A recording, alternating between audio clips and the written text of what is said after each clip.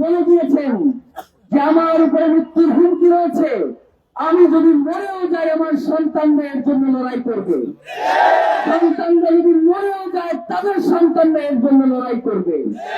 বাংলাদেশে ইনসাফ কায়েম করা পর্যন্ত যুগ থেকে যুগান্তরে এই লড়াই চলবেই চলবে।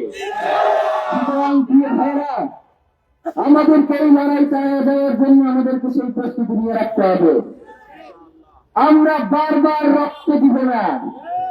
রক্ত আমরা বহুবার দিয়েছি, 47-এ দিয়েছি, 71-এ দিয়েছি, 24-এ দিয়েছি, পিলখানায় দিয়েছি, সাপ্লাই দিয়েছি। শুধু কি আমরা রক্ত দিতেই থাকবো? প্রিয় ভাইরা, এই বাংলার জমিনে ইনসাফ কায়েমের জন্য যদি রক্ত দেওয়া লাগে আমরা রক্ত দিব, আবার সেই ইনসাফ কায়েমের জন্য যদি রক্ত দিতে হয় আমরা সেই রক্ত দিব। রক্তের বদলা রক্তই হয়। রক্তের বদলা কখনো সুশীলতা পায় না।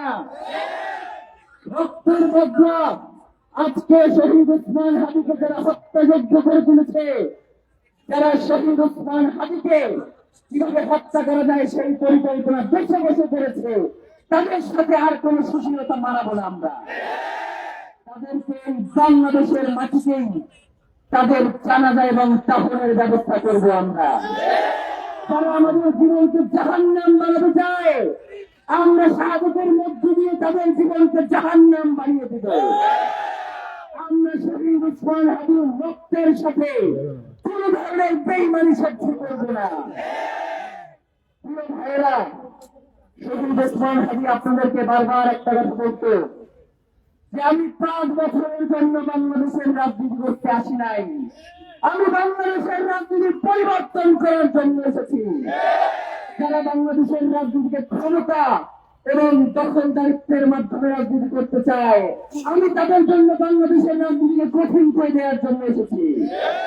আপনারা দেখেছেন শহীদ ওসমান হাদি জীবিত থাকা অবস্থায় ফজরের পরে বিভিন্ন মসজিদের সামনে গিয়ে আপনাদেরকে এগিয়ে দাঁড়াইতো, বলতে যে আমারে ভোট দেওয়া লাগবে না, আপনারা বাংলাদেশের এমন কাউকে ভোট দেন যে ইনসাফের কথা বলে, যে বাংলাদেশের স্বাধীনতা সার্বভৌমত্বের পক্ষে লড়াই করে, যে বাংলাদেশকে চায় দিল্লির দাসত্ব থেকে বেরিয়ে আসুক, তাকে আপনারা ভোট দেন। সুতরাং শহীদ ওসমান হাদি যে আদর্শ, যে শত্রুর সাথে আমাদেরকে ইনসাফ করতে হবে। অনেকেই আমাদেরকে ভুল বুঝান যে শহীদ ওসমান হাদি এইটা পছন্দ করতেন না, শহীদ ওসমান হাদি এই কাজ করতেন না। আমরাও বলি শহীদ ওসমান হাদি যেই কাজ করতেন না আমরা সেই কাজ করব না। শহীদ ওসমান হাদি সহিংসতা পছন্দ করতেন না। তার মৃত্যুর পরে বাংলাদেশের ইতিহাসে সর্ববৃহৎ জানাজা হয়েছে। এই 12, 14, 15 লাখ লোককে যদি আমরা বলতাম যে শহীদ ওসমান হাদির রক্তের বদলা নিয়ে আপনাদেরকে এই ঢাকা শহর থাকতে হবে, তারা তার রক্তের বদলা নিয়ে এই ঢাকা শহর থাকতো।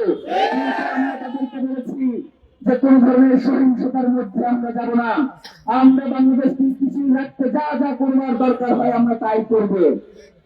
কিন্তু আমরা দেখতে পাচ্ছি যে বাংলাদেশের সুশীলতার নামে বাংলাদেশের কিছু গোষ্ঠী যারা নির্ধারিতের মধ্যে নিয়ে বিভিন্ন জায়গায় স্যাবোটেজ করে শহীদ ওসমান হাদির যে লড়াই, তার যে সাংস্কৃতিক লড়াই, তার যে ইনসাফ কায়েমের লড়াই, সেটাকে লঘু করবার জন্য বিভিন্ন জায়গায় স্যাবোটেজ করা হয়েছে।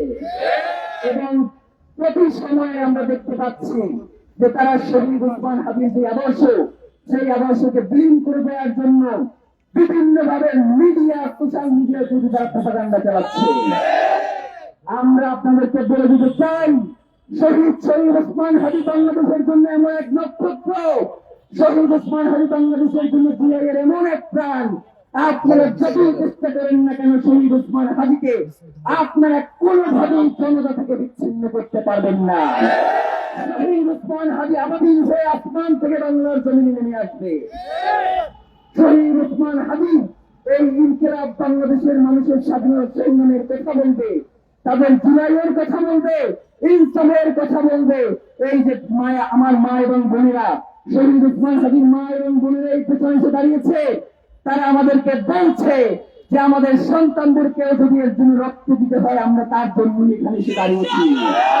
প্রিয় ভাইরা, একটা কথা আপনাদেরকে মনে করিয়ে দেই যে আপনাদের এই মিডিয়ার সামনে শহীদ ওসমান হাদি বারংবার বলেছে যে বাংলাদেশের জমিনে আমরা দেখতে পাচ্ছি, আমরা যদি এই জুলাইকে যদি আমরা বাঁচিয়ে রাখতে না পারি, তাহলে বাংলাদেশের আকাশে এমন এমন অন্ধকার আসতে পারে যেটা আমাদের জন্য সেই অন্ধকার থেকে আলোর